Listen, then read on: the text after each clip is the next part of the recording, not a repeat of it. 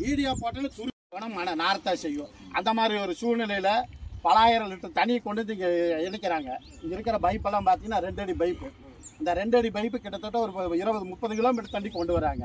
எத்தனை லட்சம் லிட்டர் தண்ணி வரும் இருந்து ஒரு 100-150 வருஷம் கழிச்சு அதோட பாதிப்பு தெரிஞ்சு இப்போ அதை க்ளோஸ் பண்ணிட்டாங்க.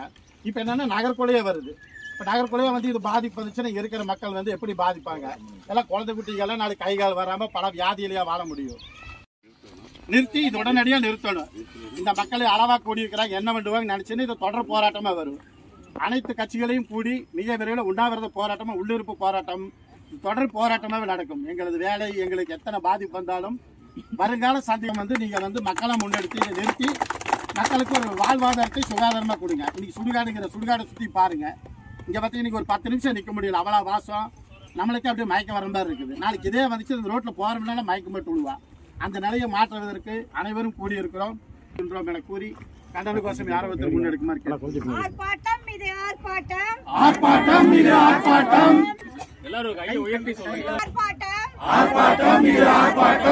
நமது பகுதியில் கழிவுநீர் திட்டத்தை உடனடியாக நிறுத்த கோரி மக்களாகிய நாங்கள் அனைவரும்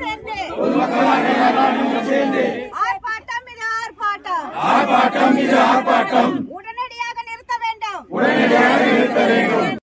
பொதுமக்களை திரட்டி பெரிய போராட்டம் நடத்த நாங்கள் உறுதி கொண்டிருக்கிறோம் என்பதை இதன் மூலம்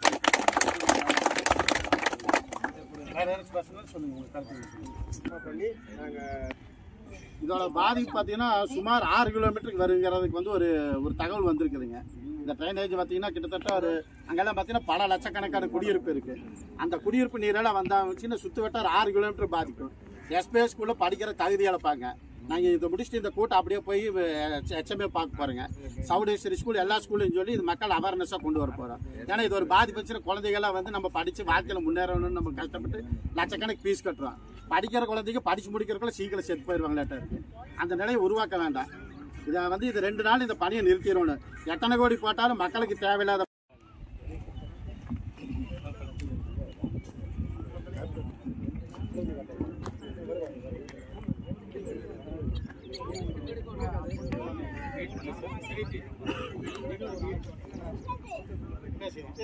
இந்த ஊர் பண்ணாடி சரவண பண்ணாடி தான் இந்த இதை வந்து முன்னெடுக்கிறாரு.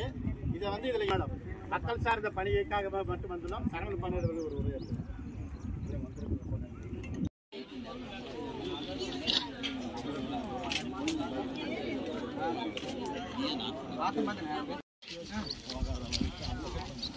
நல்ல ஒரு பெரிய அளவு அதுதான்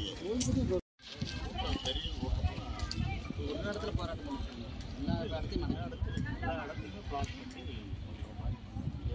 மாறிங் கைடு